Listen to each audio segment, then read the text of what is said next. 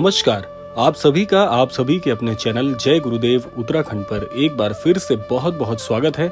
कामना करते हैं कि आप और आपके परिजन सभी स्वस्थ होंगे। इसी कामना के साथ आइए बढ़ते हैं आज के इस दिव्य क्रमांक की ओर। तेरा जीवन एक यात्रा है जिसमें हर मोड़ पर कोई ना कोई छुपा हुआ शत्रु तुझे गिराने की फिराक में बैठा है। हर मुस्कुराहट के पीछे एक नकाब है, हर शुभकामना के पीछे एक षड्यंत्र। लेकिन क्या तू जानता है कि एक ऐसा व्यक्ति है जो हर रोज तेरी बर्बादी की प्रार्थना करता है। हाँ, हर रोज तेरी हानि की कामना करता है, तेरे जीवन में कांटे बोने की मंशा रखता है। सावधान हो जा, क्योंकि इस बार उसकी चाल बहुत बड़ी है। अगर आप तक भी आज का ये क्रमांक पहुंचा है तो आप समझ ही गए होंगे कि किस संदर्भ में आज का ये क्रमांक होने वाला है। इसीलिए क्रमांक को पूरा अवश्य सुनिएगा ताकि संपूर्ण जानकारी आप तक पहुंच सके। तो आइए बढ़ते हैं आज के इस क्रमांक के मुख्य पहलू की ओर। नीम करोरी बाबा कहते हैं, अगर तू सत्य के पथ पर है तो झूठ की हर चाल स्वयं ही नष्ट हो जाती है। बस तुझे केवल सजग रहना है और समझना है कौन है वो व्यक्ति जो हर दिन तुझे गिरते देखना चाहता है। अब यहाँ पर प्रश्न उठता है कि आखिर वो व्यक्ति है कौन, उस व्यक्ति की पहचान भला कैसे कर पाएं? जब कोई व्यक्ति तुम्हारे सामने मीठी बातें करे और पीछे से तुम्हारे नाम की मिट्टी पलीत कर दे, समझ लेना वही है आपका असली शत्रु। बाबा कहते थे, जो जहर को अमृत बता कर देता है वही सबसे घातक होता है।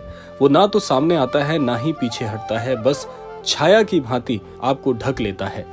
ऐसे व्यक्ति के लक्षण कैसे पहचाने? हमेशा आपकी असफलता की भविष्यवाणी करने वाला व्यक्ति ही वो व्यक्ति होता है जो आपके जीवन से प्रसन्न नहीं है। वो आपकी सफलता से जलता है, आपसे ईर्ष्या करता है और आपको हमेशा नीचे दिखाने के प्रयास करता है। दूसरा लक्षण है, आपके आत्मविश्वास को कमजोर करने की कोशिश निरंतर करता रहता है ऐसा व्यक्ति। वो व्यक्ति आप स्वयं अपने जीवन में अन्वेषण करके देखिएगा कि कौन ऐसा व्यक्ति है जो हमेशा आपकी शक्ति को शक्तिहीनता बताता है और आपको बोलता है कि आपसे जीवन में कुछ भी नहीं हो पाएगा। तो ऐसे व्यक्ति की पहचान करके सुनिश्चित कर लीजिए कि इस व्यक्ति के सामने कौन सी बात आपको कहनी है और कौन सी बात कहने से बचना है। तीसरा है, आपके पीछे झूठी कहानियां फैलाने वाले व्यक्ति आपके जीवन से हमेशा हमेशा चिढ़ करते हैं। वो आपसे ईर्ष्या करते हैं, ईर्ष्यालु स्वभाव के हैं और कभी आपको सफल होते हुए नहीं देख सकते, क्योंकि ऐसे व्यक्ति हमेशा चाहते हैं कि आप उनसे हमेशा हमेशा पिछड़े हुए रहें, आपके जीवन का विकास थम जाए और आप अपने जीवन में हमेशा नाकामयाब बने रहो। तो आप अपने जीवन का अन्वेषण करके पहचानिए ऐसा व्यक्ति कौन है जो आपके साथ ऐसा व्यवहार करता है। अगला है, आपके ऊपर शक करने वाला व्यक्ति और दूसरों को भी ऐसा करने के लिए प्रेरित करता है, यानी कि आपकी छवि को हमेशा असमंजस भरा बताते हुए दूसरों को शंकित करता है आपके लिए कि इस व्यक्ति से दूर रहना, यानी कि आपकी छवि को धूमिल करने का काम करने वाले व्यक्ति हमेशा हमेशा आपके लिए बुरा ही सोचते हैं।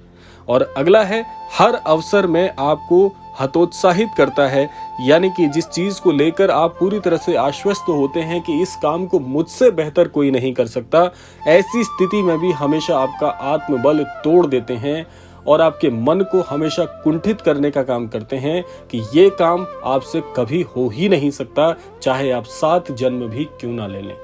ये वो कुछ ऐसे लक्षण हैं जो कि आपके जीवन में ऐसे व्यक्ति की पहचान कराते हैं कि इन व्यक्तियों से हमेशा आपको सावधान भी रहना है, इनका संग करने से बचना है और इन्हें अगर आप अपना मित्र समझ रहे थे अभी तक तो इनसे दूर रहना है। अब उदाहरण के तौर पर नीम करोरी बाबा के एक शिष्य ने एक बार पूछा, बाबा मैं तो सभी से प्रेम करता हूँ और ये आपकी शिक्षा भी है, तो फिर लोग मुझसे घृणा क्यों करते हैं?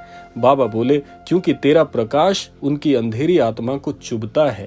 तो यहाँ पर यह उदाहरण लेने का एक बहुत अच्छा प्रतीक था कि आपको भी ऐसे लोगों से सावधान रहना है। ऐसा हो सकता है कि आप हमेशा सबके लिए प्रेम भाव रखना चाहते हो, लेकिन फिर भी कोई ना कोई ऐसा आपके जीवन में जरूर आ जाता है जो हमेशा आपके इस प्रेम भाव से दुखी हो जाता है।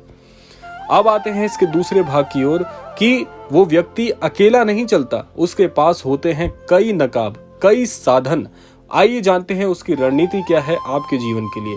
सबसे पहला, आपके जीवन के खिलाफ अफवाहें फैलाते हैं कि इस व्यक्ति से आपको बचना चाहिए, हमेशा आपकी छवि को तोड़ने का काम करते हैं। दूसरा, नकली मित्रता दिखाते हैं, यानी कि आपके सामने हमेशा आपकी छवि को अच्छा बताएंगे आपके चरित्र के कई उदाहरण देंगे, लेकिन आपकी पीठ पीछे जहां पर आप मौजूद नहीं हैं, हमेशा हमेशा आपको ऐसा प्रदर्शित करेंगे कि आप इस दुनिया के सबसे खराब इंसान हैं।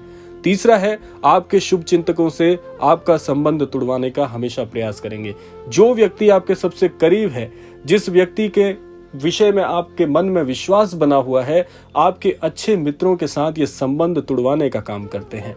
और अगला है, दिमाग में डर और असुरक्षा भर देते हैं। हमेशा आपके आत्मविश्वास को खराब करते हुए आपके दिमाग में ऐसी चीजें डाल देंगे जिससे आप हमेशा अपने जीवन के प्रति संशयमान बने रहें। आइए जानते हैं महाराज जी की दृष्टि में कैसे आप इससे बच सकते हैं। जिस दिन तू भय से मुक्त हो जाएगा, उस दिन सारी चालें उल्टी पड़ जाएंगी, क्योंकि हर चाल तभी तक काम करती है जब तक तेरा मन डर में जी रहा है। आइए जानते हैं एक छोटा सा दृष्टांत। एक बार बाबा के पास एक भक्त रोता हुआ आया और बोला, बाबा मेरे अपने ही मुझे बर्बाद करना चाहते हैं। बाबा ने शांत होकर उत्तर दिया, बेटा जो अपने होते हैं वो तुझे ऊपर उठाते हैं, जो गिराना चाहते हैं वो सिर्फ नाम के अपने होते हैं। उन्हें पहचान और उनसे दूर हो जा, तभी तेरे जीवन का कल्याण सुनिश्चित होगा।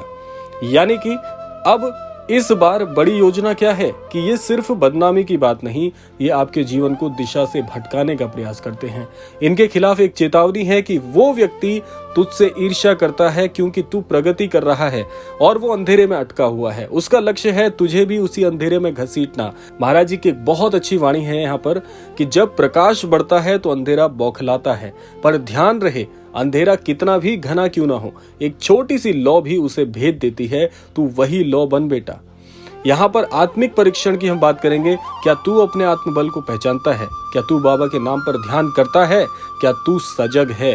अगर ये तीनों चीजें आपको संशयमान नहीं करती, आप पूरी तरह से आश्वस्त हैं, ये तीनों चीजें आपके हृदय में पूरी तरह से अडिग हैं, अटल हैं, तो फिर आपका कोई बाल भी बांका नहीं कर सकता। यहाँ पर कहते हैं महाराज जी की जब यहाँ पर समझना है कि जब भी तू नीम करोली बाबा का नाम लेकर उठेगा, उनकी शिक्षाओं पर चलेगा, तब उसके हर वार निष्फल हो जाएंगे। कर्म का सिद्धांत कहता है, बाबा कहते हैं जो जैसा करता है वैसा ही पाता है। अगर कोई तेरी हानि चाहता है तो अंततः वो अपने ही जाल में फंस कर रह जाएगा। उदाहरण के तौर पर बाबा के एक भक्त पर झूठे आरोप लगे।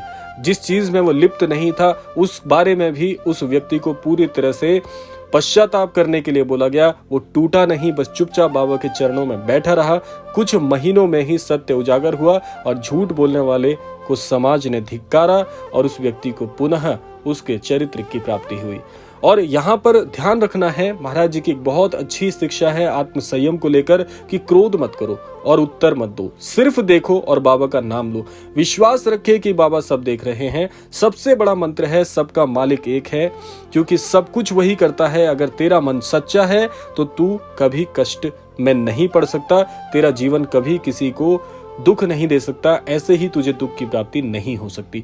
इसके लिए आप कुछ महाराज जी से संबंधित उपाय कर सकते हैं कि हर दिन बाबा का ध्यान जरूर करें, राम नाम का जाप करें, उस व्यक्ति के लिए भी प्रार्थना करें जो आपसे चिढ़ता है, ईर्ष्या करता है, ताकि वो भी उजाले की ओर लौटे, क्योंकि कहीं ना कहीं मानसिक स्थिति से वो व्यक्ति खराब है, इसीलिए आपका बुरा सोच रहा है। अगर उसका मस्तिष्क परिवर्तित हो जाता है महाराज जी के आशीर्वाद से, तो वो व्यक्ति भी अपने जीवन में तरक्की कर सकता है, अपनी इस आदत को सुधार सकता है। और अगला है, क्रोध के स्थान पर करुणा रखें। गुस्से में प्रत्युत्तर देने की बजाय करुणा का भाव रखें, सबके प्रति दयावान बने रहें। आपका कभी कुछ भी बिगड़ नहीं सकता। और अपने कर्म को शुद्ध बनाएं, कोई तुझे गिरा नहीं सकता, महाराज जी के वचन हैं। इसीलिए क्योंकि तू एक दीपक है और दीपक को बुझाने वाले खुद अंधकार में खो जाते हैं। महाराज जी की वाणी है कि प्रेम ही अंतिम हथियार है, जो प्रेम से जीता है उसे कोई पराजित नहीं कर सकता। तो इसीलिए आज तू जान गया कौन है तेरे असली शत्रु और कैसे उसकी हार इस बार पूरी तरह से विफल होगी, क्योंकि तुझ पर महाराज जी की कृपा है। बाबा नीम करोली की कृपा से तुझ पर कोई आंच नहीं आएगी। बस विश्वास रखना, सजग रहना और प्रेम को बांटना। इसीलिए अगर ये बात आपके हृदय को छू गई है तो इस वीडियो को साझा करें ताकि हर कोई सजग हो सके। और नीचे टिप्पणी में जय बाबा नीम करोली लिखना मत भूलना। और साथ साथ मैं यही कहना चाहूंगा कि महाराज जी सभी को सन्मति और सद्बुद्धि की प्राप्ति कराएं और इस संपूर्ण सृष्टि का, इस संपूर्ण लोक का कल्याण हो। इसी कामना के साथ विदा लेते हैं, मिलते हैं अगले क्रमांक में। तब तक के लिए जय श्री राम, जय गुरुदेव, जय उत्तराखंड।